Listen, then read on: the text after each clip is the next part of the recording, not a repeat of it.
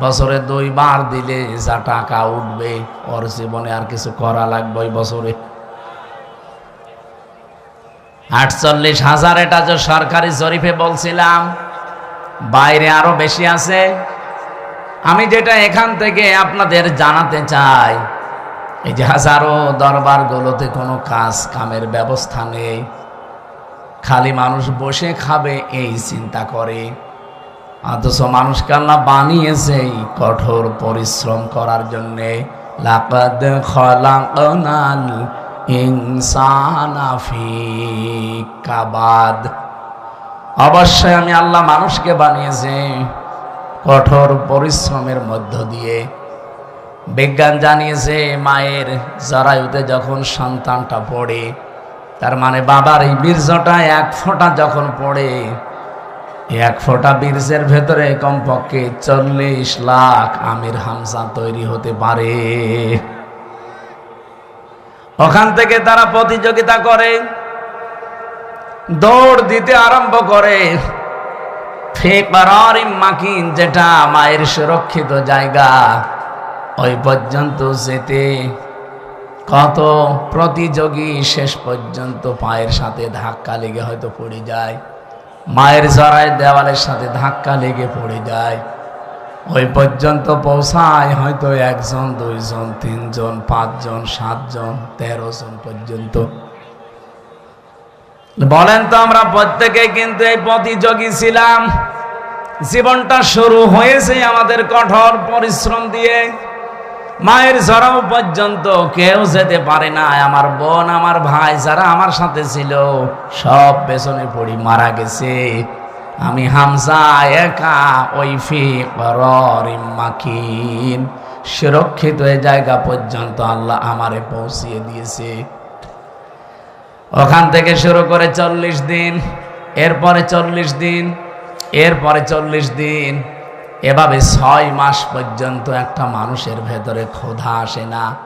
6 মাসের পরে যখন ক্ষুধার উদ্রেক দেখা দেয়, রব্বুল আলামিন মায়ের মাসিক অসুখ বন্ধ করে তখন নাভির সাথে তার যোগ করে দেয়। এই যে আস্তে আস্তে আপনাকে কত স্ট্রাগল, কত কঠোর পরিশ্রমের মাধ্যমে উপরে তুলতেছে। এরপরে যখন পৃথিবীতে আপনি আসেন, এরকম একটা চাপ খেয়ে আসা লাগে। যারা নর্মাল ডেলিভারিতে আসে, এমন একটা চাপ দেওয়া হয় মায়ের জরায়ুতে, কান মুখ নাক যা আছে বিভিন্ন জায়গা দিয়ে কিন্তু বদ রক্ত বের হয়ে চলে যায়। বিজ্ঞান এখন জানিয়েছে এই তথ্যটার উপরে ভিত্তি করে কষ্ট মাপার একটা পরিমাপ আছে, যন্ত্র আছে। এই যে বিশাল প্যান্ডেল দেখতে পাচ্ছেন, যদি আজকের সভাপতিকে বলা হয় এটা আপনি একটু মাপ দিয়ে দেন তো, উনি এটা দাড়ি পাল্লায় তুলে দেবে। হ্যাঁ, এটা মাপ দেওয়ার একটা যন্ত্র আছে না? ফিতা দিয়ে মাপবে, গজ দিয়ে মাপবে। এই যে জ্বর যদি হয় আমার শরীরে, এটা মাপার জন্য একটা আলাদা যন্ত্র আছে না? কি কথা বলে না কেন? কি নাম কি? থার্মোমিটার। দুনিয়াতে প্রতিটি জিনিস পরিমাপ করার জন্য আলাদা আলাদা যন্ত্র আমরা জানি আছে। গতবার গাবতলী থেকে আসার সময় এই মাহফিলে আমি বের হয়েছিলাম, ওখান থেকে 9টা থেকে এই জায়গায় এসে 10টায় উঠবো। কিন্তু ওসি সাহেব আমার এমন তাড়া দিয়েছে, এক তাড়ায় প্রায় 1.5 কিলোমিটার শুধু দৌড়িয়েছি, তা মাঠের ভেতরে। এই আগস্টের 5 তারিখের পরে ওই ওসি সিরাজগঞ্জ গোল চত্বরে দেখা করছে রাত 2টার সময়। আমি চা খাচ্ছি বসে, আমি, আব্দুল বারী রশিদি ভাই, এরপর হোসাইন আহমেদ, মাহফুজ, আরো 2 জন ছিল। এসে বলছো হুজুর মাফ করে দিন। কে ভাই আপনি? আমি ওই সেই গাবতলী থানার ওসি। আরে শয়তান, এইদিকে তোরাই তো খুঁজছি, কোথায় ছিলি এতদিন? বলছো হুজুর আমারে বদলি করে দিয়েছে, আমার নামে বিভাগীয় মামলা হয়েছে, আমি এখন কক্সবাজারে ওই টেকনাফে আসি চুরি করি। মাফ করবো, আগে টাকা ফেরত দেন। ওই দিন আমারে তো ধরতে পারেননি, গাড়িটা ধরিয়ে ড্রাইভারে ধরিয়ে আব্দুল বারী রশিদিরে ওর গাড়ি ধরিয়ে আব্দুল সালামের গাড়ি ধরিয়ে আপনারা 1,13,000 টাকা নিয়েছেন। ওই টাকাগুলো ফেরত দেবেন, এরপরে আপনার মাফ হবে। হুজুর টাকা নেই, মাফ কিসের? 7 দিন সময় দিলাম, টাকা ফেরত দেওয়া লাগবে। টাকা ফেরত দিয়েছে 1 লাখ। পুলিশ যে টাকা ফেরত দেয় বাংলাদেশে মনে হয় এই প্রথম। তাছাড়া আপনি পেয়েছেন পুলিশ 10 টাকা পেলে ছাড়ে না। আমি প্রথম জেলখানায় গিয়েছিলাম যখন থানার হাজতে ছিলাম, ওখান থেকে যখন জেলে নিয়ে যাবে কয়েকজন তো দেখতে গেছে, বের হওয়ার সময় আমার কাছে টাকা ছিল মাত্র 10 টাকা। আমার বলছে টাকা, বলছে টাকা পাবো কোথায়? বলছে না আমরা জানি আপনাকে যারা দেখতে এসেছিল কিছু দিয়েছে। ওরে আল্লাহ, তো জিব্রাইল সব বলে দিচ্ছে। শেষে 10 টাকা দিলাম, তাও খুশি। যারা 10 টাকা বলেন তো পাওয়ার পরে আর ছাড়তে চাই না, তারা 1 লাখ টাকা ফেরত দিয়ে দিল। এ কি দেখেছে? আমার 13,000 হুজুর মাফ করে দিন, যা তোরে মাফ করে দিলাম, অন্তত লক্ষাধিক টাকা তো ফেরত দিল। তো সেই জায়গা থেকে আজকের এই ডোমন পুকুর। আমি এর আগেও 1বার না 2বার এসেছিলাম। ওই আপনাদের ওই যে কি এমপি ছিল একজন, বাবলু সাহেব, উনি থাকতে। এরপরে তো 3 বছর গেল ভেতরে, আসতে পারি নাই। গত বছর আসার চেষ্টা করেছিলাম। অনেকেই খারাপ ধারণা করেন দাওয়াত নিয়ে আসে না। না, আমার এই রেকর্ড বাংলাদেশে নেই। আমি হাসপাতাল থেকেও বলি যে দরকার হয় অ্যাম্বুলেন্সে করে নিয়ে যেয়ে বসিয়ে রাখেন, ওদেরকে খালি চেহারা দেখি আমি আবার ভর্তি হব। কিন্তু আমি শুনলাম যে গতকাল যিনি মাহফিলে দাওয়াত নিয়েছিলেন, ওই যে সেই ছোট হুজুরটা, ওটা নাকি আসে নাই। ও পরশু দিনও আমার সাথে ছিল পাবনায়, আসে নাই। এর আগে ছিল আমার সাথে ময়মনসিংহ, আসে নাই। কি করে কি দাওয়াত ওরা নিতে বলে কি? আপনারা জোর করবেন না, আমি জানি তার বাচ্চারা। আমারে অনেকে বলে যে দাওয়াত দিয়ে দেন, আমি দাওয়াত দিয়ে তার এক মুসিবতে পড়বো। কারণ 100টার ভেতরে যদি 50টা মাহফিলে না আসে, তাহলে ওদের অবস্থা কি হবে বলেন?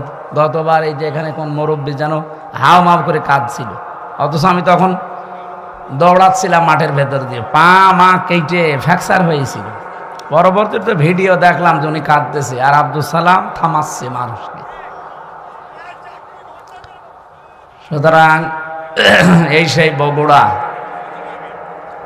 আমি সেই দিন থেকেই নিয়ত করেছিলাম যদি সময় পাল্টাইতে বাংলাদেশে এই মাহফিল দিয়ে শুরু হবে। যারা আজকে এই মাহফিল শেষ, আগামীকাল থেকে যেহেতু রমজান, প্রিন্সিপাল সাহেব আমার বাসায় জেল থেকে বের হয়ে প্রায় 2বার গেছে। প্রিন্সিপাল সাহেব একজন কামিল মাদ্রাসার প্রিন্সিপাল, বোঝেন আপনি, আমার বাবারও বড়। ওনার আমি সম্মান ওইভাবে হয়তো দিতে পারি নাই, তারপরেও 2বার এখান থেকে সেই কুষ্টিয়ায় আসতে যেতে লাগে প্রায় 8-9 ঘন্টা। এই সময় ব্যয় করে উনি আপনাদের দেখানোর জন্য যে এবার আশা করি আর কেউ বাধা দিতে পারবে না। আর এখন বাধা দেওয়ার কেউ নেই। বাধা দিলে আমি আদেশ দিয়ে দিলাম, স্বরাষ্ট্রমন্ত্রীর ওই আদেশ, মেরে ফেলবে। কারণ ওটা একটা ক্যান্সার। ওটা কি? ও ক্যান্সার বাঁচিয়ে রাখলে তো শরীর নষ্ট হয়ে যাবে। কোরআনের জন্য এই দেশটা টিকে আছে। আপনি কি টের পাচ্ছেন? এই দেশটা কোরআনের জন্য টিকে আছে, আর এখানে কোরআন থাকবে। 96% মুসলমান আমরা এই দেশে। কি নামাজ কম বেশি না পড়তে পারি, রোজা না রাখতে পারি, কোরআন শরীফ সম্পর্কে কিছু বললে দল বেদল নেই, তারই দেখে নেব। কারণ কিয়ামতের দিন কোন কোরআন শরীফ যদি বলে আল্লাহ আমি এর পক্ষে, তুমি মাফ করে দাও, আল্লাহ বলেন যা মাফ করে দিলাম। এদিনে কোরআন যেন বিপক্ষে না যায়। আল কোরআনও হুজ্জাতুল্লাকা ওয়া আলাইকা। কোরআন যার পক্ষে সাক্ষী দেবে আল্লাহ তাকে জান্নাত দিয়ে দেবে, যার বিপক্ষে যাবে ও যত বড় পীরের মুরিদ হোক ও জাহান্নামে যাবে। এই জন্য আব্দুল বারী রশিদি সাহেবের উপরে, আব্দুল সালামের উপরে যাদের রাগ, মন খারাপ, ভুল বোঝেন না, এটা আমাদের কোনো দোষ নেই। কোরআন শরীফ আমি মাথায় নিয়ে বলতে পারি। আমি 100 চেষ্টা করেছিলাম। ওখানে আমি 8টা থেকে 9টা 1 ঘন্টা কথা বলেছি গাবতলীতে, ওটা ঠিক মতো হয়ে গেল। সেই দিনে মনে হয় প্রধান অতিথি ওখানকার আওয়ামী লীগের একজন সভাপতি নাকি যেন উনি ছিল। ওর পরে এখানের একজন ভিপি ছিল প্রধান অতিথিকে আমি জানি না, শাহিন নাকি না, হ্যাঁ, ওনারে আমি কল দিয়েছিলাম ওই দৌড়াতে। উনি বলছে হুজুর আপনি আসলে আমি তুলতে পারবো না। তাই আপনি যদি না পারেন আমি যাবো কোথায়? শেষে সিএনজি দিয়ে, মোটরসাইকেল দিয়ে কোথা থেকে সিরাজগঞ্জ পর্যন্ত পালিয়ে। এইভাবে হয়। আর আপনারা রাগ করেন যে উনি আসলো না। আমি আসবো কি করে? আমার তো আসতে দেয়নি। এই জন্যে এখন বলছে আসেন, এই মাইক দিয়ে দিলাম, এখন মাইক কেড়ে নেন। কোন মায়ের দুধ খেয়েছেন আমি দেখবো, আসেন। মায়ে ছেড়ে দিলাম, কেড়ে নিন।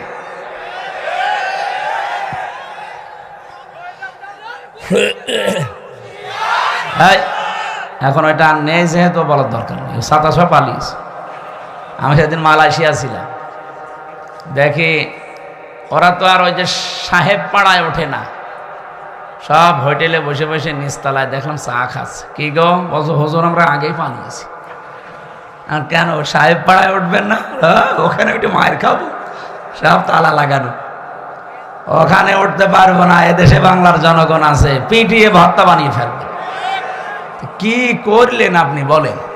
15.5 বছর যায় মারিং কাটিং করলেন, এখন নিজেও খেতে পারেন না, আমাদেরকেও খেতে দিলেন না। কি কথা বলেন না কেন? যত টাকা পাচার করেছিলেন, টাকাগুলো যদি এই দেশে থাকতো, এই যে প্রায় 36 লাখ যুবক এখন বেকার, এদের বেকার থাকা লাগে? বাইরের দেশে যারা রাস্তা ঝাড়ু দেয়, টয়লেট পরিষ্কার করে, রুটি বানায়, আমি নিজে দেখেছি। কেন এই কাজ করা লাগবে বাইরে? যে এদেশটা এত সমৃদ্ধশালী আর এত সম্পদ আল্লাহ এখানে দিয়েছে, বাইরের রাষ্ট্রগুলো পাগল হয়ে যাচ্ছে, বিশেষ করে চীন। চীন তো পাগল হয়ে যাচ্ছে দেশটাকে উন্নত করার জন্য, শুধু টাকা ঢালবে। আপনি টাকা নেই তো কি দেখে ঢালবে তারা? এতদিন যে মানুষগুলো দায়িত্বে ছিল, আমাদের যারা ছিল এরা তো না, দায়িত্ব তো পালন করেছে দাদারা। দাদারা যা বলেছে তাই করেছে। ওরা আমাদেরকে ভয় দেখাতো আমরা নাকি না খেয়ে মারা যাবো। আরে ভাই, আমাদের বছরে 1 মাস না খেয়ে থাকা ফরজ। কালকে থেকে 1 মাস না খেয়ে থাকা কি? বলেন বলেন কেন? আল্লাহর হুকুম তো আছে, আরো 27টা কায়দা আছে। রব্বুল আলামিন বলেন, ওয়াং তাসুমু খায়রুল লাকুম ইন কুনতুম তা'লামুন। যদি তোমরা রোজা রাখো, সিয়াম সাধনা পালন করো, তোমাদের জন্যই ভালো হবে, উপকার হবে, যদি তোমরা বোঝো। আয়াতটা নিয়ে চিন্তা ভাবনা করলাম, না খেয়ে থাকার ভেতর আবার উপকার কি? কষ্টই তো। কি না খেয়ে থাকার ভেতরে তো কষ্ট, উপকার কিসের? 2টা বিষয় আমি পেয়েছি। 1 নম্বরে রব্বুল আলামিন বলেন, রমজানের দ্বারা যেহেতু আমার উদ্দেশ্য মানুষ তাকওয়া অবলম্বন করবে, ইয়াউমা নাহশুরুল মুত্তাকিনা ইলার রহমানি ওয়াফদা। সূরা মারইয়ামের 85 নম্বর আয়াত। কিয়ামতের ওই ময়দানে যখন লক্ষ কোটি কোটি মানুষেরা হাজির হবে, ওই ময়দান থেকে কিছু মানুষকে আল্লাহ আলাদাভাবে অতিথি বানিয়ে রায়ান নামক দরজা দিয়ে প্রবেশ করাবে। তারা হচ্ছে মুত্তাকি। বলেন তো, রোজা রাখার দ্বারা উদ্দেশ্য কি? মুত্তাকি। বলেন বলেন। এর পরের আয়াতে দেখেন, অনাসুকুল মুজরিমিনা ইলা জাহান্নামা ওয়িরদা।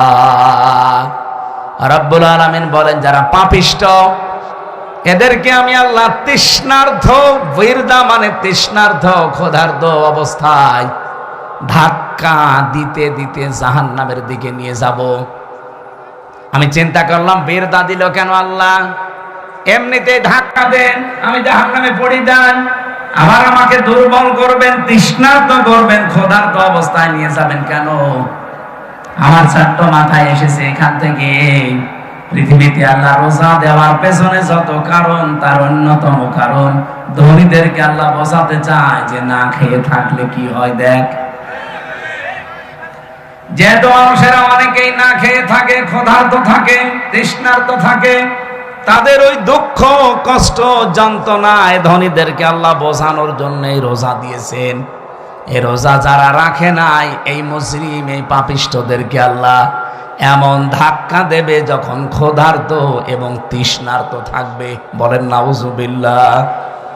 রোজা রাখার দ্বারা 3 নম্বরে উপকার যেটা, মানুষ যেহেতু মুত্তাকি হবে, দুনিয়ায় যেহেতু মুত্তাকিদের অনেক কষ্ট হয়, এই জন্যে মুত্তাকি মানুষগুলো শুধু চোখ বন্ধ করতে দেরি হবে। ওয়া উজলিফাতিল জান্নাতু লিল মুত্তাকিন। মুত্তাকিনা গায়রা বাঈদ।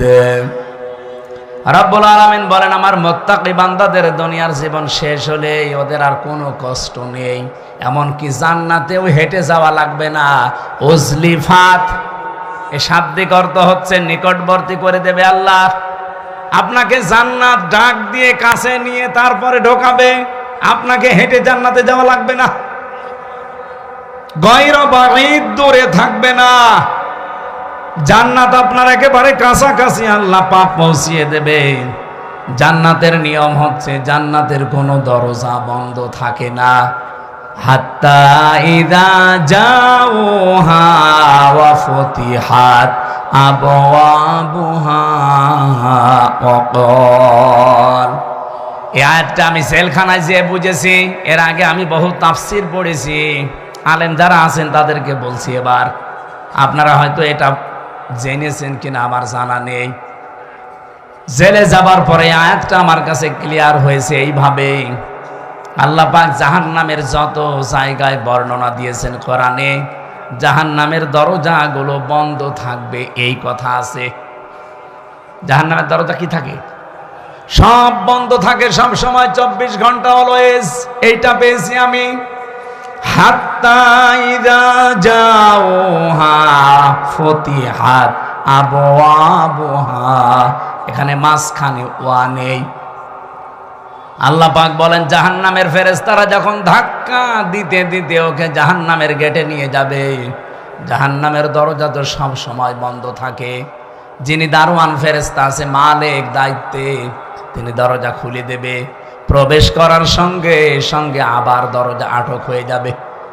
কিন্তু জান্নাতের দরজা কোনো সময় আল্লাহ বন্ধ রাখে না, 24 ঘন্টা ওপেন রেখে দেয়। এই মানুষগুলো যখন জান্নাত কাছে নিয়ে এসে আপনাকে প্রবেশ করাবে, জান্নাতের দরজা তো বন্ধ নেই, খোলাই থাকবে।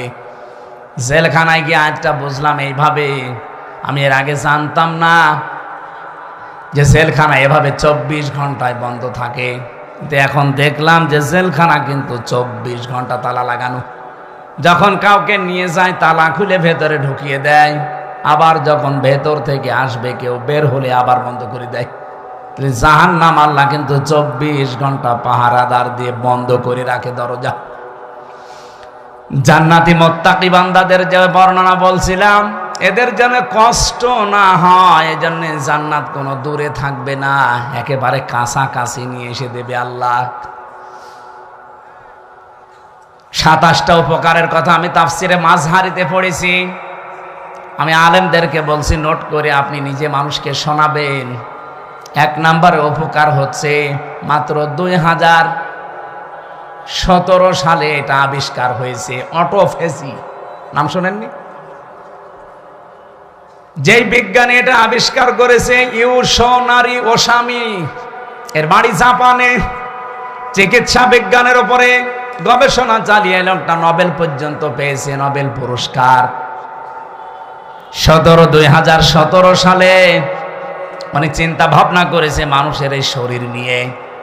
পুরা বডির ভেতরে 2 কোটির উপরে কোষ তিনি পেয়েছেন। কত কোষ পেয়েছেন? 2 কোটি। কিন্তু এই 11-12 মাসে একাধারে মানুষ যখন খাবার খেতেই থাকে, তখন ওই পাশাপাশি কিছু কোষ তৈরি হয়। ওই কোষগুলো শরীরের এই 3.5 হাত বডিতে 2টা ক্ষতি করে। 1 নম্বরে আপনার শরীরে হয় ক্যান্সার হবে, নাই টিউমার হবে। বিজ্ঞান এখন 5.5 কেজি রক্ত পেয়েছে আমাদের শরীরে। এই 5.5 কেজি রক্তের ভেতরে 5 প্রকার ক্যান্সার হয়, আর টিউমার হয় 3 জাতের। হয়তো কোনোটা ফুলে ওঠে, কোনোটা ভেতরে থাকে, কোনোটা ফলেও না ভেতরেও থাকে না, রক্তের সাথে আস্তে আস্তে মিশে যায়। এই যে কোষ যেগুলো বৃদ্ধি হয়েছে 11-12 মাস ধরে, এইগুলোর কারণে এই সমস্যাটা তৈরি হয়। চিন্তা করলেন কিভাবে এই কোষ থেকে মানুষকে মুক্ত করা যায়। তিনি 13 বছর একাধারে গবেষণা করেছিলেন। সর্বশেষ তার গবেষণা এটাই এসেছে যে 12 মাসের যদি একটা মাস কেউ দিনের বেলা না খেয়ে থাকতে পারে 29 কি 30 দিন একাধারে, তাহলে আসল আল্লাহ যে কোষ দিয়েছিলেন 2 কোটি, বাকি যে কোষগুলো বৃদ্ধি হয়েছে ওই কোষ যখন কিছু খেতে না পায় তখন ওই পাশেরটা খাওয়া আরম্ভ করে। আল্লাহর দেওয়া কোষগুলো, এই অটোমেটিক তৈরি হওয়া কোষগুলোকে খেতে খেতে 30 দিনে পোড়াটা সাবাড় করে ফেলে। 30 দিন যদি একাধারে খেতে থাকে ওর শরীরে অতিরিক্ত আর একটা কোষও বাকি থাকে না। তার মানে কোষ যখন অতিরিক্ত নেই, আপনি ক্যান্সার থেকে বেঁচে গেলেন, আপনি টিউমার থেকে বেঁচে গেলেন। চিন্তা করছে এই তথ্যটা পৃথিবীর কোন ধর্মে আছে কিনা দেখি। 4500 ধর্মীয় গ্রন্থ দুনিয়ায় আছে এখন, উনি সবগুলো একটা একটা করে মিলিয়ে না, কোন গ্রন্থে এই তথ্য নেই। সর্বশেষ মুসলমানদের ধর্মীয় গ্রন্থ কোরআন, এইটা তিনি পেয়েছেন। পাওয়ার পরে দেখেন যে এখানে আছে 30 দিন আল্লাহর বান্দারা 1 বছরে না খেয়ে থাকবে। এই তো পেয়েছি আমি যা মনে করেছিলাম। 13টা বছর আমি গবেষণা করে যা পেয়েছি, মুসলমানদের ধর্মীয় কিতাবে এটা অনেক আগেই দেওয়া আছে। আল্লাহ পাক যে বলেন তাসামু খায়রুল লাকুম ইন কুনতুম তা'লামুন, অবশ্যই রোজা রাখলে তোমাদের উপকারী হবে যদি তোমরা এটা বুঝতে পারো। যেহেতু বিজ্ঞানী এখন বুঝেছে, তথ্য আমরা পেয়ে গেছি, এজন্য ফামাং শাহিদা মিনকুমুশ শাহরা ফালিয়াসুম, তোমাদের ভেতরে কেউ যদি রোজার মাস একবার পেয়ে যায়, আল্লাহ বলেন অবশ্যই সে যেন রোজা রাখে। এটা কিন্তু গত বছর যারা আদায় করেছে এবছরে অনেকে কবরে চলে গেছে। এবছর আমরা যারা কালকে থেকে পেতে যাচ্ছি, খেলায় খেলায় নষ্ট করেন না, রোজাটা অবশ্যই আপনি রাখবেন। অনেক গরিব মানুষ আছে বলে হুজুর আমারও রোজা রাখা লাগবে, আমি ভ্যান চালাই। আরে বেটা, অভাবী মানুষের অভাব দূর করার জন্যই তো রোজা দরকার। কারণ রোজার দ্বারা আল্লাহ যেটা মানুষকে তৈরি করে দিতে চায় তার নাম কি? তাকওয়া। বলেন বলেন, আরো জোরে বলেন। কোরআনে কারিমের সূরা বাকারার 183 নম্বর আয়াত আমরা পড়েছিলাম। এদিকে তাকান। রাব্বুল আলামিন বলেন ইয়া আইয়ুহাল্লাযীনা আমানু কুতিবা আলাইকুমুস সিয়াম, ওহে যারা ঈমানের দাবি করো তাদেরকে বলছি আমি কিন্তু রোজার বিধানটা লিখে দিলাম। কি করলাম? পৃথিবীর কোন বিধান আমি লিখে দিলাম এমন কথা কোরআনে আপনি পেয়েছেন? আরেকটা আছে, কুতিবা আলাইকুমুল কিসাস, কিসাসের বিধান লিখে দিলাম। কুতিবা আলাইকুমুল কিতাল, কিতালের বিধান আমি লিখে দিলাম। এই দুইটা ছাড়া পুরা কোরআনে আমি কোন বিধান আল্লাহ লিখে দিয়েছেন পাইনি। হ্যাঁ পেয়েছি, ওগুলো আল্লাহ ফরজ করেছেন, এজন্য সেখানে ফারদ ওয়াজ পাবেন, ফরদুন। কিন্তু রমজানের ব্যাপারে আল্লাহ কথা বলতে গিয়ে বলেন কুতিবা আলাইকুমুস সিয়াম, আমি কিন্তু লিখে দিলাম সিয়ামকে। আজকের এই জমিনটা যদি আমি সভাপতি সাহেবকে বলি যে স্যার আপনাকে আমি দিয়ে দিলাম, কোনো দাম আছে আমার এই কথার? বলেন বলেন। যদি এটা সই স্বাক্ষর করে দলিল করে স্ট্যাম্প করে বলি এই যে নেন, এ জমির দাম এখন 1 বিঘা 20 লাখ, এই কথা বলেন কেন? ব্যক্তি তো একই, আগে দিয়েছিলাম মুখে মুখে, এখন আমি দলিল করে লিখে সই স্বাক্ষর করে দিয়ে দিলাম, দাম হয়ে গেছে আকাশ আর পাতাল। আগেরটা কোনো মূল্যই ছিল না, পরেরটার মূল্য 20 লাখ। কথা বলেন ঠিক কিনা? রাব্বুল আলামিন বলেন আমি রোজা তো তোমাদের জন্য ফরজ করেছি ফারদ ওয়াজ দিয়ে না, কাতাবা দিয়ে। আমি কিন্তু লিখে সই স্বাক্ষর করে দিয়েছি। এত দামি বিধান এটা আমি আল্লাহর কাছে। পৃথিবীর অন্যান্য বিধানগুলো আমি দুনিয়ায় নাজিল করেছি জিবরাইলকে দিয়ে, আর রোজাটা নাজিল হয়নি, এটা আমি আল্লাহ নিজে আমার রাসূলকে আরশে নিয়ে উপহার দিয়েছি। বিশ্বনবী মুহাম্মদুর রাসূলুল্লাহ 50 ওয়াক্ত নামাজ পেয়েছিলেন। ভালো করে শুনবেন, আমি বলার জন্য বলছি, শোনার জন্য শুনবেন না, এখানে কিছু নেওয়া লাগবে। 50 ওয়াক্ত নামাজ পেলেন, তিনি 6 মাস রোজা পেলেন, আনন্দে আসছিলেন। প্রতিমধ্যে হযরতে মুসা নবীর সাথে দেখা। হযরতে মুসা ডাক দিয়ে বলেন, ইয়া রাসূলুল্লাহ, আপনার মর্যাদা আমার চাইতে বেশি, কিন্তু অভিজ্ঞতা আপনার চাইতে আমার বেশি, কারণ দুনিয়ার জীবন আমি পার করে এসেছি। আপনি তো জানেন না বাস্তবতা কি। আপনার উম্মতের যে অবস্থা, 60-70 বছরের বেশি ছাতা বাঁচে না, আর আমার উম্মত 1500 2000 বছর হায়াত পেয়েছে। ওরা পাহাড় কেটে বাড়ি বানিয়েছে, এত শক্তিশালী ছিল। একমাত্র একটা রোজা ছিল বছরে, আর একটা মাত্র নামাজ ছিল 1 ওয়াক্ত সারা দিনে। তাই আমার উম্মতরা পড়তো না। আর আপনার উম্মত এত ওয়াক্ত নামাজ দিয়েছে, 6 মাস রোজা, আর আপনি আনন্দ করেন, পারবে না। আপনি যান আল্লাহকে একটু কমান। উনি 1 বার 2 বার 3 বার 4 বার 9 বার ফেরত পাঠিয়েছিলেন। প্রতিবার 5 ওয়াক্ত করে আল্লাহ কমিয়েছেন, 5 নং 45 ওয়াক্ত। হযরত মুসা বললেন, না হবে না, আরেকবার যান। বিশ্ব নবী বলেন, হে ভাই মুসা, কি বলেন আপনি? আল্লাহ আমারে দিতে চান, আর আপনি বলেন কমান। আমার লজ্জা করছে, আমি আজ যেতে পারবো না। আমার উম্মতের ব্যাপার আমি জানিও, পড়বে কি না পড়বে আমি দেখব, আমি আর যাব না। সঙ্গে সঙ্গে জিবরাইলকে ওই জায়গায় পাঠিয়ে দিয়েছিলেন। তখন তিনি 6ষ্ঠ আকাশে আছেন। রব্বুল আলামিনের ফেরেশতা জিবরাইল এসে বলে, ইয়া রাসূলুল্লাহ, আল্লাহ আমাকে পাঠিয়েছেন 2টা বিষয় জানানোর জন্যে। 1 নম্বরে, আল্লাহ যেহেতু সিদ্ধান্ত নিয়ে রায় দিয়েছেন, অতাম্মাত কালিমাতু রাব্বিকা সিদকাও ওয়া আদলা লা মুবাদদিলা লিকালিমাতিহি ওয়া হুয়াস সামিউল আলিম। বলেন আল্লাহু আকবার।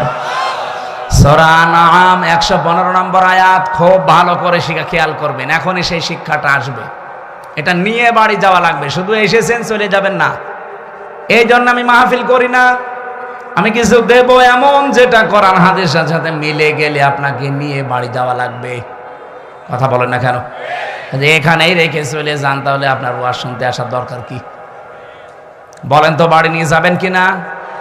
এই বাড়ি নিয়ে যাবেন না? আওয়াজ পাওয়া যাচ্ছে না, যাবেন? রব্বুল আলামিন 1 নম্বরে বলেন, আমার কোরআনে যত তথ্য আছে সব সত্য। 2 নম্বরে, যত তথ্য আছে সব ইনসাফপূর্ণ। 3 নম্বরে, আমার কথা কোনোদিন রদবদল হবে না, পরিবর্তন হবে না। আল্লাহর কথা যেহেতু পরিবর্তন নেই, আপনি বারবার এসেছিলেন, এই জন্য আপনার কনসিডারের কারণে আল্লাহ কমিয়ে দিয়েছেন।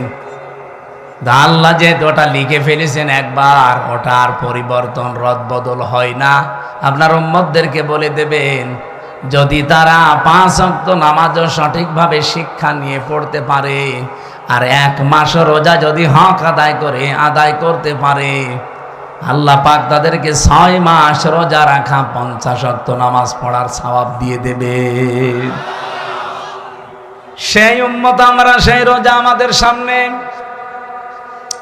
বগুড়াবাসী, এখান থেকে 3 নাম্বার যে কায়দাটা, লা মুবাদদিলা লিকালিমাতি, যেটা জিবরাইল আলাদাভাবে শুনিয়েছেন, হে নবী, আপনার শুধু কনসিডারের কারণে আল্লাহ কিন্তু কমিয়েছে, কিন্তু সওয়াব কমাবে না।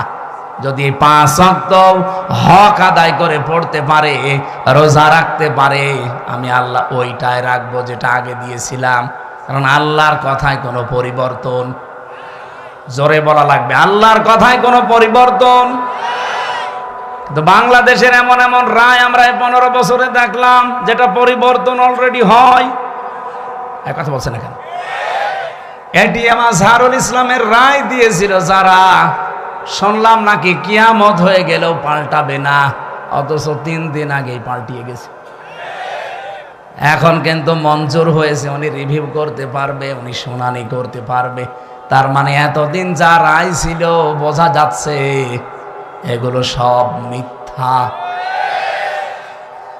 আমার মনে হয় এই সালাউদ্দিন কাদের চৌধুরী, মাওলানা মতিউর রহমান নিজামী, এই মানুষগুলো যদি এখন বেঁচে থাকতেন, আর যদি আগস্টের 5 তারিখের পরে যে পরিবর্তন দেখতে পাচ্ছি, ওনাদেরটাও এখন খারিজ হয়ে যেত, এখন আবার ওনাদের জামিন মঞ্জুর করানো যেত। হ্যাঁ, কিছু বদনসিব মানুষ আছে যাদের ভাগ্য খারাপ, এই মানুষগুলো এখন আরম্ভ করেছে এই 25 তারিখের পর থেকে যে না, ওনার সাজা হয়ে গেছে, ওনার মঞ্জুর করা ঠিক হয়নি। সাজা হয়ে গেলে যদি তার এটা আপিল ডিভিশনে মঞ্জুর করা ঠিক না হয়, তার এক জিয়া সাহেবের 9 বছর সাজা হয়েছিল, তার স্ত্রীর 3 বছর সাজা হয়েছিল। এই কথা বলছে না কেন? খালেদা জিয়ার 6 বছর সাজা হয়েছিল। কেন তাদেরকে সাজা থেকে মুক্ত করে মুক্ত জীবনে তাদেরকে ফিরিয়ে দেওয়া হবে? ওনাদের মামলা ইনাদের মামলা, সাজা তো সবারই এক। আপনি কেন পক্ষপাতিত্ব করেন? এই কথা যদি কেউ বলে, আল্লাহর অভিশাপ তার উপরে, তার বিবেক বুদ্ধি সব মারা গেছে। সালাউদ্দিন কাদের চৌধুরী চট্টগ্রামের, উনি বেঁচে থাকলে এখন মুক্ত জীবনে ফিরে আসতে পারতেন। আমার যতটুকু বাস্তবতায় ধারণা, হাসিনার আমলে 15.5 বছরে যারাই মিথ্যা মামলা, মিথ্যা সাক্ষীর কারণে জীবন নষ্ট হয়েছে, কোনো বিচার লাগবে না, কোনো রায় লাগবে না, সব ছেড়ে দেওয়া লাগবে। কিসের বিচার? ও তো সব বানিয়ে বিচার করেছিল। নয়তো খালেদা জিয়ার নামে যে মামলা দিয়েছে, আপনি বলেন তো, এতিমের টাকা আত্মসাৎ করা মামলা, এই টাকা আরো 6 ডবল বৃদ্ধি হয়েছে, তারও তো আরো নোবেল দেওয়া দরকার, আর তারে আরো 6 বছর জেলে দিয়েছে। এগুলো কেন দিয়েছে? এক কাপড়ে তারে বাড়ি থেকে বের করে তারে 6 বছর জেলে, এমনকি এই কঠিন অবস্থায় তারে ফেলে রাখা ট্রাক দিয়ে বাড়ির সামনে, সবগুলো হাসিনার শুধু রাগের বহিঃপ্রকাশ। ও কিন্তু অলরেডি বলেও ফেলেছে যে আমি ওই বাড়ি থেকে খালেদাকে তাড়িয়ে দেব, একবার নিয়ত করেছিলাম, সেই নিয়ত উনি দেখালো। ম্যাডাম ওই দিন এক কাপড়ে বের হয়ে যে কান্নাকাটি করেছিল, তামাম দুনিয়া কেঁদেছে তার কান্না দেখে। অথচ এখনো পর্যন্ত অনেক মানুষ বলছে না, ওগুলো সব ভুলে গেছি, বাবা শাহজালাল সব হালাল। হালাল করবেন? হালাল করে কি হয়েছে ইতিহাসে? 54 বছরের দিকে তাকান, কি হয়েছে আপনি টের পাচ্ছেন? 75 সাল থেকে শুরু করে আপনি তাকান, যাদেরকে এভাবে হালাল করেছেন তারা কি বাঁশটা দিয়েছে। বাঁশ দেওয়ার সময় তো একটু চেঁচে ছুলে দেয়, তাও দেয়নি, পুরাটাই দিয়েছে। এখন যদি আবার সব হালাল করে নেন, এমন বাঁশ দেবে না জীবনে বাপ বলার সময় পাবেন না। সুতরাং আল্লাহ যখন অলরেডি একটু সময় করে দিয়েছে, একটু দেখার চেষ্টা করেন বাংলাদেশে আল্লাহর বিধানটা কায়েম হলে কেমন দেখা যায়। সবই তো দেখলাম, কিছুই তো হয়নি। দল মত নির্বিশেষে এটা করা দরকার না? 50 ওয়াক্ত নামাজ দিয়েছিল, 50 ওয়াক্ত নামাজ শুধু পড়ার জন্য আল্লাহ দেয়নি, বলেছিল নামাজ কায়েম করবা। এখানে পড়া কোরআন শরীফের ভেতরে এক জায়গায় আছে মাত্র নামাজ পড়ার কথা। কয় জায়গায়? কোন জায়গায়? ফাসল্লি লি রব্বিকা, ফাসল্লি পর্যন্ত ঠিক আছে। বাংলাদেশ বহু মানুষ নামাজ পড়ে, কি করে? হয়তো লোক দেখানোর জন্যে, ভোট পাওয়ার জন্যে, অথবা মানুষ যেন বলে যে না লোকটা নামাজি, এই জন্যে। কথা বলে না কেন? কিন্তু এর পরের শব্দ কি? ফাসাল্লি লি রব্বিকা। শুধু নামাজ পড়লেও হবে না, রবের জন্য পড়া লাগবে। আর যারা রবের জন্য নামাজ একবার আরম্ভ করে, আপনি দেখবেন তামাম দুনিয়া একদিকে, তার নামাজ আপনি বাদ দিতে পারবেন না। আমি আমার রিমান্ডে দেখেছিলাম, আমার সামনে দিয়ে যে লোকটাকে নিয়ে গেল তার এই নখ তুলেছি, বলছিল যে হামজা ভাই, আমাকেও নিয়ে গিয়েছিল ওই মেশিনগুলো দেখাতে, আমার তোলেনি কিন্তু নিয়েছি। ডিএম আমাকেও দেখিয়েছে, এরকম একটা চেয়ারে বসিয়ে দেয়, হাতের সাথে পায়ের সাথে বেল লাগিয়ে দেয়, গলার সাথে একটা ক্লিপ লাগিয়ে দেয়, মাথায় একটা কালো কাপড় দিয়ে একটা শর্ট একটা সুইচ টিপ দেয়, এক টিপে 120 বার ঘুরে। আপনি টের পাচ্ছেন 120 বার 1 মিনিটে? 1 সেকেন্ডে কয়বার হয় চিন্তা করতে পারেন? আপনি ঘুরে দেখান তো। এতটুকু যদি ছেড়ে দেয় যে ভাই যা তোরে আমি একবারে 2-4 বার একটু শর্ট দিলাম, চলে যা, না, এবার এমন একটা মেশিন নিয়ে আসে, এই হাতের সাথে পায়ের সাথে একেবারে খাপ খাওয়ানো, শুধু আপনার এখানে ধরবে, একবার টিপ দেবে, সব নখগুলো খুলে চলে যাবে। আর নখ খুলে গেলেই ফিনকি দিয়ে রক্ত বের হয়। আপনি নখ খুলে দেখেন কি রক্ত বের হয়। রক্ত যেই ফিনকি দিয়ে বের হবে তখন পাতলা মিহি যে লবণ ওটা ছিটিয়ে দেয়।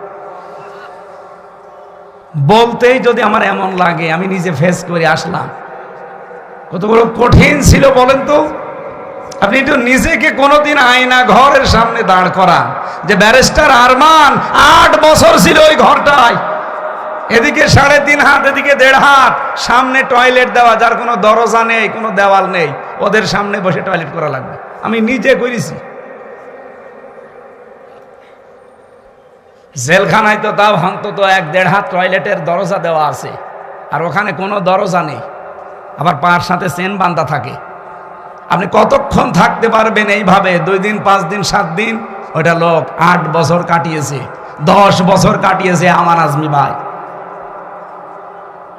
এখনো পর্যন্ত অনেকে জালেমের সাফাই গায় আর বলে না এটিএম আজহারুল সাজা প্রাপ্ত মানুষ, ওনারে মামলায় জামিন দেওয়া হবে কেন? ওরে জবাই করা দরকার শয়তান।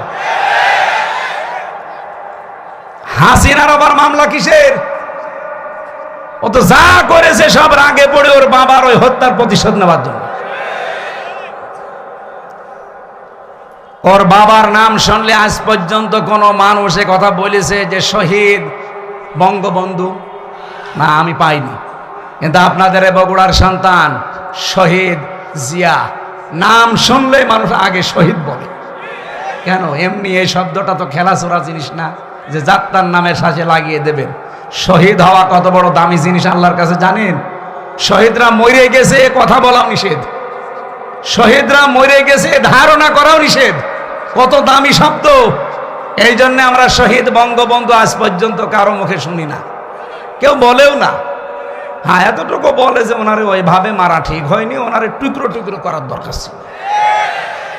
কিন্তু শহীদ জিয়ার নাম শুনলে আপনি বলেন, নাম শুনলে আগে মানুষ শহীদ বলে। উনি যে কাজটা করে দিয়েছিলেন আরাফাতের ময়দানে, ওনার জীবনে কি কবুল হবে না হবে আমি জানি না, তবে এই কাজটা আমার মনে হয় আল্লাহর ভালো লেগেছে। লক্ষ লক্ষ মানুষ সেখানে যে ছায়ায় আশ্রয় পায়, আমি নিজেও সে আশ্রয়ে ছিলাম ছায়ায়। মন থেকে এমনি দোয়া আসে, আল্লাহ এই ছায়াটা যিনি দিলেন তৈরি করে, তার মাথার ওপর তোমার কুদরতের ছায়া তুমি দিয়ে দিও। আরাফাতের ময়দানে হাজিদের দোয়া আল্লাহ ফেরত দেয় না, কবুল হয়। লক্ষ লক্ষ হাজিরা এই দোয়া করে শুধু ওই নিম গাছের জন্য, কবুল হবে না? আমিও মন থেকে লোকটার জন্য শ্রদ্ধা এবং সম্মান নিয়ে দোয়া করি, আল্লাহ যেন শহীদ জিয়াকে শহীদ হিসাবে কবুল করে এবং তাকে যেন মাফ করে দেন। বলেন আমিন। এই জিয়া পরিবারটা আপনারা জানেন একটা মাজলুম পরিবার।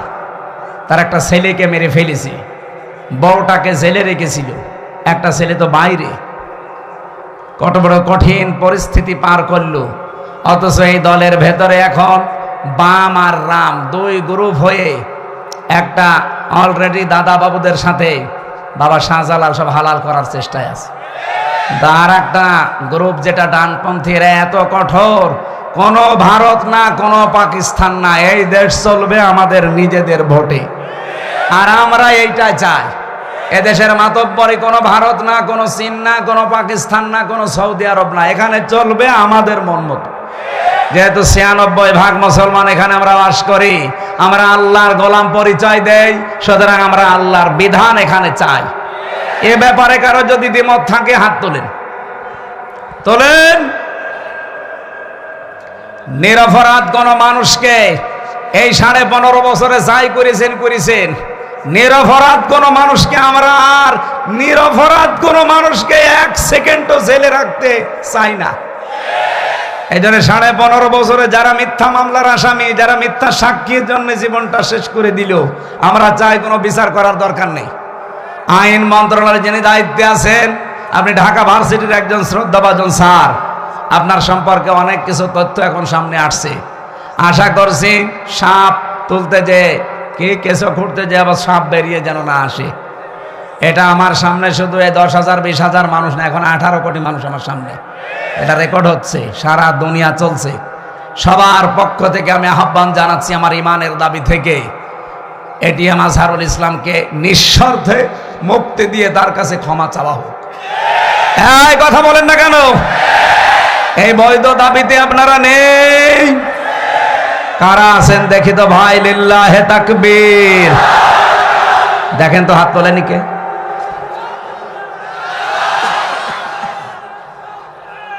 আলহামদুলিল্লাহ।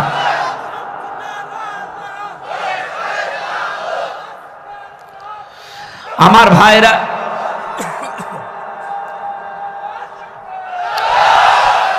আমি কিছু লাগবে না, আমি কথা তুলেছিলাম লা মুবাদদিলা লিকালিমাতিহি, আল্লাহর কালামের কোনো পরিবর্তন নেই। বাংলাদেশের কালামগুলো যে পরিবর্তন এখন হয়ে গেল, এটার দ্বারা আজ আন্তর্জাতিক যে বিচার ব্যবস্থা আছে কি কি পরিগণিত হচ্ছে এই দেশটা আপনি বলেন। সারা বিশ্ব থেকে দেখেন ধিক্কার আসবে যে এই যে বানানো বিচার ব্যবস্থা, ট্রাইব্যুনাল, সবগুলো একজনের আদেশে চলেছে, আর ওনাকে আদেশ দিয়েছে ওনার দাদারা। কথা বলেন না কেন? কি মান থাকলো দেশের? আমাদের দেশটা ডুবিয়ে ফেলেছে একেবারে। সারা দুনিয়া থেকে এখন কিন্তু কথা অলরেডি আসতেছে যে তাহলে এটিএম আজহারুল ইসলামকে যদি সত্যি এখন রিভিউ মঞ্জুর করে, তাহলে এর আগের গুলো ওই রকমই ছিল। এটা তো সব দেখছি বানানোই ছিল। ট্রাইব্যুনালও বানানো, বিচারপতিও বানানো, সাক্ষীও বানানো, প্রসিকিউটর বানানো। এই কথা বলছেন এখন যিনি বাদী মামলার তিনিও বানানো। কারণ যাদেরকে সাক্ষী দেওয়ার জন্য নিয়েছে, শুনলাম নাকি একজন সাক্ষীর বয়স, উনি জন্মই নিয়েছে 1974 সালে আর সাক্ষী দিয়েছে 1971 সালে। তার মানে পেটের ভেতরেও আসে নাই, তখনই সাক্ষী দিয়ে ফেলেছে। এটা যে পুরা একটা বানানো শখ ছিল, এ দেশের মানুষ এখন একেবারে 100 ভাগ বুঝে ফেলেছে। আল্লাহর নবীর এই হাদিস থেকে যে বর্ণনা দিচ্ছিলাম, 6 মাস রোজা কিন্তু লিখিত ছিল। কোন রদ বদল আছে? বলেন বলেন। আল্লাহ পাক বলেন আপনার উম্মতদেরকে আপনি দ্বিতীয় এইটা জানাবেন, সত্যি ওরা যদি 1 মাস হক আদায় করে রোজা রাখতে পারে, আমি আল্লাহ পাক গ্যারান্টি দিলাম 6 মাস রোজা রাখার পুরা সওয়াবে আমি দিয়ে দেব। এখন হক আদায় করে এই রোজাটা কি? বিশ্বনবী বলেন মান সামা রমাদানা ঈমানা ওয়া ইহতিসাবান গফিরা লাহু মা তাকদ্দামা মিন যামবি। এদিকে তাকান, এখানে শিক্ষা আছে। যে ব্যক্তি রোজা রাখে রমজান মাসে ঈমান এবং ইহতিসাবের সাথে, এটা কি? দুইটা বিষয়ে হাদিস আমরা সেই জন্মের পর থেকে শুনেছি, কিন্তু কোনোদিন চিন্তা ভাবনা করেছেন এখানে কি দিয়েছেন আল্লাহ। যে ব্যক্তি রমজানের রোজা রাখে দুইটা জিনিস নিয়ে, কেউ যদি সত্যিই রমজান মাসে রোজা রাখে, কয়টা জিনিস সামনে নিয়ে? বলেন বলেন। 1 নম্বরে ঈমানান, কিসের সাথে? এখন প্রশ্ন আসতে পারে আমার ঈমান তো আছে, আমি তো ঈমানের সাথে রোজা রাখি না। আপনি কি ঈমান যদি দাবি করেন যে আমার ঈমান আছে, মাস্ট বি আপনাকে ঈমানের আগে একটা কাজ করা লাগবে। ওইটা যারা করে না তাদের ঈমান টেকে না। ফামায়াকফুর বিত্তাগুত ওয়া ইউমিন বিল্লাহ, আল্লাহ পাক নিজে বলেন সূরা বাকারা 256 নম্বর আয়াতের মাঝের অংশে আছে, কেউ ঈমান আনতে চাইলে তার প্রথম কাজ হবে সে যেন তাগুতকে ছেড়ে দেয়। তাগুত কাকে বলে? তাগুতের অর্থ 4টা। 1 নাম্বার তাগুত হচ্ছে ওই শক্তি যে আল্লাহর হুকুম নিজে মানে না, অন্য কেউ মানবে মানতেও দেয় না। বলেন তো এই তাগুত পৃথিবীতে নেই? হ্যাঁ বলেন না কেন? চারিপাশে আমাদের এই শক্তি আছে, নিজেও মানে না, কেউ মানবে মানতেও দেয় না। 2 নম্বরে তাগুত শয়তান। 2 নম্বরে কি? 3 নম্বরে তাগুত মানুষের তৈরি করা আইন। এটা আপনার ঘা লেগে গেল না? আমি কি গোপন করে দেব? না, গোপন করার জন্য আসি না, আর গোপন করলে আমার ওয়াজ শোনাও জায়েজ নেই। সুতরাং মানুষের তৈরি করা আইন যারা দুনিয়ায় প্রতিষ্ঠা করার কাজ করেন, আপনি কিন্তু তাগুত। আপনার ঈমান এখনো আনাই হয়নি। আর আপনার এই যে ঈমান দিয়ে আপনি রোজা রাখবেন, রোজার যে পরবর্তী শব্দ গফিরালাহু মা তাকদ্দামা মিন যামবি, আপনার সব অপরাধ আল্লাহ মাফ করে দেবে। দেবে কি করে? আপনি তো রোজা রেখেছিলেন ঈমান ছাড়া। আপনি কি মনে করেন যে পৃথিবীর অন্যান্য ধর্মে যারা আছে তারা রোজা রাখে না? আমি বাইরের দেশগুলোতে ইহুদিদের সাথে মিশেছি, খ্রিস্টানদের সাথে মিশেছি, বৌদ্ধদের সাথে মিশেছি, আর মুশরিক তো পাশেই আছে। এদের সাথে তো পিরায় পিরায় দেখা হতো আগে, কারণ এই বাংলাদেশের ছাড়া আমার বেশি অনুষ্ঠানগুলো ভারতে হয়েছে। আশপাশে কোনো প্রদেশ আমার বাঁক নেই। এই জন্য আপনাদের চাইতে ওদের সাথে আমার মেলামেশা বেশি আছে। দেখেছি এই বিশ্বের যে কয়টা নাম বলছি, প্রত্যেক জাতি কম বেশি রোজা রাখে, কিন্তু তাদের রোজা আমাদের আল্লাহর নির্দেশ এবং রসুলের দেখানো পথে না। খ্রিস্টানরা রোজা রাখে, ওরা ইফতারি করে না। ইহুদিরা রোজা রাখে, ওরা সেহরি করে না। আর হিন্দু যারা কেউ মরে গেল ওরাও রোজা রাখে, উপোস থাকে, ওরা সেহরিও নেই, ইফতারিও নেই। আমাদের নবী যে আনন্দের কথা জানিয়েছেন, লিসাইমি ফারহাতান, ফারহাতুন ইনদা ফিতরিহি ওয়া ফারহাতুন ইনদা লিকাই রাব্বিহি, ইবনে মাজাহ শরীফের হাদিস। নবীজি বলেন প্রতিটি রোজাদারের জন্য দুইটা আনন্দের জায়গা আছে। এক নম্বরে ও যখন ইফতারি নিয়ে বসবে সারা দিনের পরে, তখন একটা আলাদা আনন্দ আল্লাহ তাকে দান করবে। দুই নম্বরে যখন এই রোজাদাররা রায়্যান নামক দরজা দিয়ে প্রবেশ করে আল্লাহর সাক্ষাৎ পাবে, এটা সবচাইতে বড় আনন্দের বিষয়। অন্যান্য জাতির রোজা কি আমাদের মতো? বলেন বলেন। তাহলে প্রথম নম্বরে কি বললাম? রোজা রাখতে হলে আপনাকে এক নম্বরে ঈমান আন, ঈমানের সাথে। আর ঈমান আনতে হলে আগে আপনাকে তাগুত ছাড়া লাগবে। যারা আল্লাহর বিধান মানে না, মানতে দেয় না, এটা মাইনাস, শয়তান মাইনাস। এখন যদি বলেন শয়তান পাবো কোথায়? আছে, শয়তান নেই? যারা অহংকার করে তারা শয়তান, যারা অপচয় করে তারা শয়তান, যারা যৌনতা ছড়ায় তারা শয়তান। এরকম সৃষ্টিতে নেই। আসতে বলেন কেন নেই? শয়তান খোঁজা লাগে। শয়তান তো তারা যারা অহংকার করে, শয়তান তারা যারা অপচয় করে, শয়তান তারা যারা নিজেদেরকে যৌন অঙ্গ যেগুলো গোপন রাখা দরকার এগুলো মানুষকে দেখায়। শয়তান খোঁজার জন্য আমেরিকায় যাওয়া লাগবে? এ বগুড়াতেও শয়তান আছে না? এইগুলো থেকে মুক্ত হবে। তিন নম্বরে মানুষের তৈরি করা আইন যারা কায়েম করতে চায় এরা শয়তান। এই তাগুতের সাথে যারা আছেন তাদের রোজা হচ্ছে না, এগুলো ছেড়ে দিয়ে রোজা রাখেন, ঈমান হইল। দুই নম্বরে ইহতিসাবান, ইহতিসাব মানে এটা হিসাব থেকে এসেছে। আপনাকে একেবারে পঙ্খানো হিসাব নিকাশ করে করে সামনের জীবন আপনি চালাবেন। কি দিয়ে? অল ফুরকান। কোরআনের 55টা নাম আছে, তার একটা নাম হচ্ছে ফুরকান। নাম কি? সত্য মিথ্যা পার্থক্য করে বাকি জীবন আপনাকে চালানো লাগবে। আমি বলেছিলাম না আজকে একটা ফরজ জানাবো, আর সব ফরজের বড় ফরজ জানাবো। ফরজ হচ্ছে রমজানের রোজা, আর সব ফরজের বড় ফরজ হচ্ছে কোরআন দিয়ে হক আর বাতিল পার্থক্য করে বাকি জীবন চালানো। এই ফরজটা মানা যাবে না, এইটা এখন দরকার। রমজান আসবে, চলেও যাবে 30 দিন পর, কিন্তু আপনি যদি হক আর বাতিল পার্থক্য করে কোরআন দিয়ে জীবন চালাতে না পারেন, আপনার বড় ফরজ আদায় হয়নি, কিয়ামতে ধরা খাবেন। আল্লাহ তাআলা এগুলো এমনি দেয়নি আপনাকে। ইউরিদুল্লাহু বিকুমুল ইসরা ওয়ালা ইউরিদু বিকুমুল উসরা ওয়ালিতুকমিলুল ইদ্দাতা ওয়ালিতুকাব্বিরুল্লাহা আলা মা হাদাকুম ওয়ালাআল্লাকুম তাশকুরুন। ইয়াদের ব্যাখ্যায় আমি পড়েছি রোজা রাখাই লাগবে, মাস্ট বি। আর হক আর বাতিল পার্থক্য করে কোরআন দিয়ে সামনের জীবন চালানোই লাগবে, তাছাড়া রোজার কোনো উপকার আপনি পাবেন? বলেন। রোজাদারের জন্য অন্যতম উপকার হচ্ছে আমাইয়াত্তাকিল্লাহা ইয়াজআল লাহু মাখরাজা। রব্বুল আলামিন বলেন যদি রোজা রাখার দ্বারা মানুষ তাকওয়া অবলম্বন করে, এমন জায়গা থেকে আমি আল্লাহ তার রিস্কের ব্যবস্থা করি যার ধারণাও সে কোনোদিন করে নাই। আমি এরকম প্রায় 33টা বিষয় পেয়েছি আয়াতের। যারা রোজা রাখার দ্বারা তাকওয়া অবলম্বন করবে তাদের তো 27টা উপকার হবে দুনিয়া আখেরাত মিলে।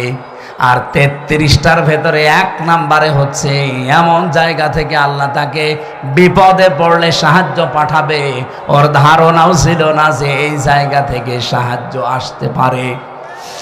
1 নম্বরে পেয়েছি হযরত ইউসুফ আলাইহিস সালামের নাম। এটা সূরা ইউসুফে 12 নম্বর পারা 17 নম্বর পৃষ্ঠার 1 নম্বর লাইনের 23 নম্বর আয়াতে পাবেন। ওয়ারাওয়াদাতুহু আল্লাতী হুয়া ফি বাইতিহা আন নাফসিহি ওয়া গাল্লাকাতিল আবওয়াবা ওয়া ক্বালাত হাইতা লাক। রব্বুল আলামিন বলেন যে মহিলার ঘরে হযরত ইউসুফ ছিলেন, ও কিন্তু তাকে ফাঁসলিয়ে নিয়ে গেছে 7 তলা বিল্ডিং এর উপরে, 7টা দরজায় তালা লাগিয়েছে, নিজের কাপড় চোপড় সবগুলো খুলেছে আর ডাক দিয়েছে ওয়াকালাত হাইতা লাক, আমার দিকে আসো। হযরত ইউসুফ প্রথমে তিনি বললেন ক্বালা মাআযাল্লাহ ইন্নাহু রাব্বি আহসানা মাসওয়ায়া ইন্নাহু লা ইউফলিহুজ জালিমুন। আল্লাহর সাহায্য চাই, আমার রব, এখানে রব বলতে আমার যিনি দায়িত্বে আছেন, আপনার স্বামী আজিজে মিসর, এই লোকটা আমার দায়িত্বশীল, তার আমানত আপনি, আমি আপনার খেয়ানত করতে পারি না। ইন্নাহু লা ইউফলিহুজ জালিমুন, এই খেয়াল করেন, ইউফলিহু এটা মজারে, বর্তমান ভবিষ্যৎ, প্রেজেন্ট ফিউচার। ইউসুফ নবী ওখানে যে মহিলাকে উদ্দেশ্য করে কথা বলছিলেন, ওখানে মহিলা কয়জন ছিল? আরো জোরে বলেন। তাহলে একজন দিলে জালেম দিতে পারতেন, জালিমুন দিলেন কেন? হযরত ইউসুফ যদিও জুলাইখাকে উদ্দেশ্য করে কথাটা বলতে চেয়েছেন, কিন্তু কিয়ামত পর্যন্ত হাজারো জুলাইখার বোন আসবে। কথা বলেন না কেন? হযরত ইউসুফ আল্লাহকে জানাতে চেয়েছিলেন এবং ওই মহিলাকে শোনাতে চেয়েছিলেন, কোনদিন কোন জালেম সফল হচ্ছে না, হবে না। ওই আয়াতটা কোরআনে এখনো আছে না নেই? আরো জোরে বলেন, আছে না নেই? সুতরাং যারা জালেম হবেন, চর্মচোখে মনে হবে হ্যাঁ অনেক কিছু পাচ্ছি, অনেক উন্নতি হচ্ছে, যদি জুলুম আপনার ভেতরে পাওয়া যায়, আল্লাহর কসম কোনদিন আপনি সফল হতে পারবেন না। যে জায়গার ইচ্ছা করেছিলেন ওখানে যাওয়ার আগে আপনার পতন হবে। পৃথিবীর কোন জালেম সফল হয়নি এর আগে, কোনদিন আর হবে? যদি হয় তাহলে আয়াত মিথ্যা হয়ে যাবে, আল্লাহ তার কোরআন মিথ্যা করবে। এখানে কোন জালেমকে আল্লাহ সফল হতে দেয় না। আর জালেমের বিরুদ্ধে আল্লাহ নিজে কিয়ামতে মামলা দায়ের করবে। বাংলাদেশে 1628 জন মানুষ দায়িত্বে ছিল, এখনো 100 জনের প্রায় 90 জন ওই রকম মানুষই আছে, যারা এই 3টার নাম নির্বাচন করেছে, ডিসি, এসপি, টিওনো। আমার মনে হয় এগুলোকে সব এই মুহূর্তে ঝাঁটাই করা দরকার। কারণ এরা যদি থেকে আবার নির্বাচন হয়, সংস্কার না করে ওই আবার দিনের ভোট রাতে হবে, আবার 154 জন হবে। এই কথা বলছে না কেন? আমরা চাই এগুলো একটাও যেন না থাকে, যারা আছে সবগুলোকে বিদায় করেন। এই 15.5 বছরে যারা বৈষম্যের শিকার ছিল তাদেরকে নিয়ে এসে বসান। আমি কি বেশি বলছি? এটা না করে আবার নির্বাচন করেন, ওই আবার দিনের ভোট রাতে হয়ে যাবে। কারণ সেই ওসি, সেই ডিসি, সেই এসপি, সেই টিওনো এখনো পর্যন্ত আছে না। এই জন্য 1628টা চেয়ারে একটাও পুরাতন মানুষ থাকা যাবে না। গত কয়েকদিন আগে প্রায় 44টা ডিসি অলরেডি পাল্টিয়ে গেছে, তাদের অবসরে দিয়ে দিয়েছে বাধ্যতামূলক। ডক্টর মোহাম্মদ ইউনুস 2 নবীর নাম নিয়ে বসে আছে, মোহাম্মদ আর ইউনুস। কয় নবীর? 2 নবীর নাম নিয়ে কাজ করছে যে না একটাও রাখবো না। যেগুলো জালেমকে সাহায্য করেছে একবারে 54 জন, 44টা ডিসি শেষ। বলছে আপনারা বাধ্যতামূলক অবসরে। বলছে না আমাদের তো এখনো বয়স শেষ হয়নি। বলে না, শেষ হয়ে গেছে। নির্বাচনের আগে হাসিনা যেমন করেছিল, চাচা এরশাদের কাছে যে বলছে আপনি অসুস্থ, বলছে কই আমি তো ভালো। না আপনি অসুস্থ, চলে হাসপাতালে ভর্তি করে একটা ইনজেকশন দিয়ে শুয়ে রেখেছে, থাক। আমার মনে হয় এইটাই করা লাগবে। এই 1628টা যারা আছে একটাও আমরা দেখতে চাই না।